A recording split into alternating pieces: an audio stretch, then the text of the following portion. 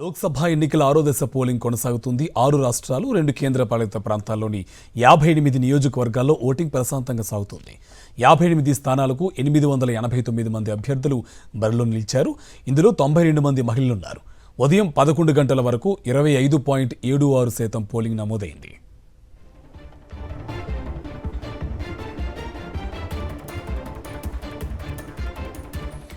ద్రౌపది ముర్ము తన ఓటు హక్కును వినియోగించుకున్నారు. న్యూఢిల్లీలోని పోలింగ్ కేంద్రానికి వచ్చి ఓటు వేశారు. ఉపరాష్ట్రపతి జగదీప్ ధన్కర్ సైతం ఆయన భార్యతో వచ్చి ఓటు హక్కును వినియోగించుకున్నారు.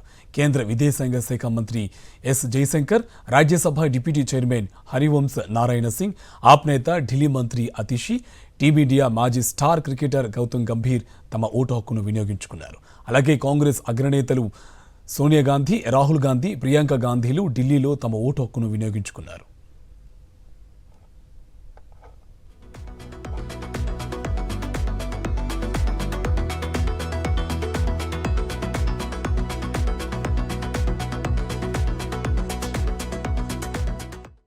ఢిల్లీలోని 7 లోక్సభ నియోజకవర్గాలతో పాటు ఉత్తరప్రదేశ్లో 14, హర్యానాలో 10, బీహార్లో 8, పశ్చిమ బెంగాల్లో 8, ఒడిశాలో 6, జార్ఖండ్లో 4 స్థానాల్లో 6వ విడతలో ఓటింగ్ కొనసాగుతుంది.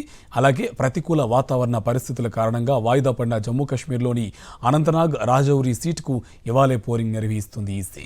ఇవాటితో మొత్తం 486 లోక్సభ స్థానాల్లో పోలింగ్ పూర్తవుతుంది. మిగతా 57 స్థానాలకు జూన్ 1న చివరి విడతలో పోలింగ్ పూర్తవుతుంది. జూన్ 4న ఫలితాలు విడుదలవుతాయి.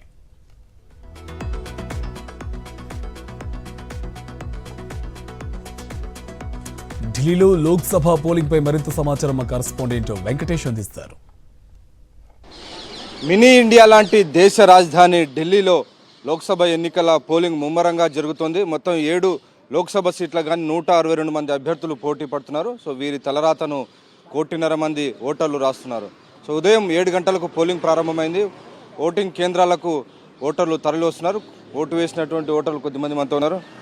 కైసే హాల్ మేడం, क्या कैसे चल रहा है हवा, चुनाव का हवा? हवा तो चल रही है राजनीति की आजकल। किस विषय आधार पर आप वोट डिसाइड करते हैं? क्या बड़ा मुद्दा है? सबसे बड़ा मुद्दा तो जो आतंकवाद का था वो तो मतलब अभी ऐसे लगता है कि ख़त्म ही हो गया, क्योंकि मोदी जी ने दिखा दिया कि हम घर में घुस के मारते हैं। और अब तो ये है कि हम कहीं भी घूमने भी जाते हैं तो आराम से चले आते, कोई डर खौफ नहीं होता है। मैडम, क्या मुद्दे पर आप वोट डिसाइड करते हैं? मुद्दा तो बहुत अच्छा है। आजकल लेडीज़ की जो समस्याएं हैं वो मोदी जी ने बहुत अच्छे से संभाली है और मुझे लगता है मोदी सरकार ही आनी चाहिए। क्या आशा है आपका इस सरकार से, आने वाले सरकार पे क्या आशा है? जो उन्होंने पहले काम किए वो काम वो और अच्छे से करें, हमारी यही प्रार्थना है। मैडम, आप बोलिए, जो वुमेन के इश्यूज़ के बारे में कैसे है सरकार अच्छे तरह से आपका वुमेन का एम्पावरमेंट किया है, कैसे सोचते हैं? सर मैं तो देखती हूँ कि जो मतलब दबे कुचले लोग थे काफ़ी बढ़ चढ़ के आगे आए। मैं अपना नज़रिया बता रही, मैं सबको नहीं बोल रही। और मैं अपनी प्रार्थना में भी रोज़ यही परमेश्वर को करती हूँ कि जो भी सरकार आए वो एक तो निष्पक्ष काम करे, अच्छा करे और मेरा देश भारत बढ़ता चला जाए। మొత్తానికి మహిళలు పోలింగ్ కేంద్రాలకు తరలి వస్తున్నారు. ప్రస్తుతం నేను ఉన్నది న్యూఢిల్లీ లోక్సభ సీట్లో ఉన్నటువంటి పోలింగ్ కేంద్రంలో. సో ఈ న్యూఢిల్లీ లోక్సభ సీటు నుంచి సుష్మా స్వరాజ్ కూతురు బన్సూరి స్వరాజ్ పోటీ చేస్తున్నారు. అలాగే ఆమ్ ఆద్మీ పార్టీ తరపున సోమనాథ్ భారతి పోటీ చేస్తున్నారు. సో ఈసారి కాంగ్రెస్ పార్టీ, ఆమ్ ఆద్మీ పార్టీ రెండు కలిసి ఉమ్మడిగా పొత్తులో పోటీ చేస్తున్నాయి. సో ఆ నేపథ్యంలో ఈ seat, New Delhi seat Aam Aadmi party ఖాతాలో చేరింది. మొత్తం 7 సీట్లు ఉంటే అందులో 4 సీట్లలో ఆమ్ ఆద్మీ పోటీ చేస్తుండగా కేవలం 3 సీట్లలో మాత్రమే కాంగ్రెస్ పార్టీ పోటీ చేస్తున్నటువంటి సందర్భం. సో మొత్తానికి ఢిల్లీలో ఈ పోలింగ్ కొనసాగుతోంది.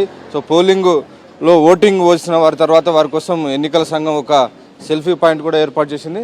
సో దేశ్ కా ఘరు చునావ్ కా పర్వ్ అనేటువంటి ఒక పోలింగ్ సంబంధించినటువంటి ఒక సెల్ఫీ పాయింట్ ఏర్పాటు చేసింది. సో ఈ సెల్ఫీ పాయింట్లో ఓటు వేసినటువంటి వారందరూ కూడా ఈ సెల్ఫీ పాయింట్లోకి వచ్చి ఇలా ఓటు వేసిన వారందరూ కూడా సెల్ఫీ పాయింట్లో ఫోటో దిగేలా ఎన్నికల సంఘం ఇక్కడ ఒక సెల్ఫీ పాయింట్ ఏర్పాటు చేసింది. ప్రతి ఒక్కరు కూడా ఎన్నికల్లో పాల్గొనాలనేటువంటి ఒక సందేశాన్ని ఎన్నికల సంఘం పంపుతుంది. ఈసారి ఢిల్లీలో తీవ్రమైనటువంటి ఎండ వేడి ఉంది. దాదాపు 46 డిగ్రీల వరకు ఉండేటువంటి అవకాశం ఉన్న నేపథ్యంలో ప్రతి చోట కూడా షేడ్స్ ఏర్పాటు చేసింది. కూల్ వాటర్ ఏర్పాటు చేసింది. సో గతంలో 60% పోలింగ్ జరగా ఈసారి అంతకంటే ఎక్కువగా జరిగే దిశగా కేంద్ర ఎన్నికల సంఘం అన్ని రకాల ప్రయత్నాలు చేస్తుంది. ఆ దిశగా అన్ని ఏర్పాట్లు చేసినట్టు కూడా కేంద్ర ఎన్నికల సంఘం CEO కృష్ణమూర్తి సాక్షి టీవీకి ఇచ్చినటువంటి ఒక ప్రత్యేక ఇంటర్వ్యూలో వెల్లడించారు. సో ఇది చూడాలి ఈసారి దేశ రాజధాని ఓటరు ఎలాంటి తీర్పు ఇస్తాడు. గతంలో వరుసగా 2 సార్లు బీజేపీకి అధికారాన్ని కట్టబెట్టారు. 2 సార్లు క్లీన్ స్వీప్ 7కు 7 సీట్లు గెలుచుకుంది. కానీ ఈసారి బీజేపీకి గట్టి సవాల్ ఇచ్చేందుకు కాంగ్రెస్ ఆమ్ ఆద్మీ పార్టీ ఉమ్మడిగా సవాల్ విసురుతున్నాయి. సో ఆ సవాల్లో ఆమ్ ఆద్మీ పార్టీ కాంగ్రెస్ ఈసారి ఖాతా తెరుస్తుందా లేదా అన్నది మనం వేచి చూడాలి. పోలింగ్ కేంద్రం నుంచి కెమెరామెన్ జబ్బార్ నాయక్తో వెంకటేష్, సాక్షి టీవీ, న్యూఢిల్లీ.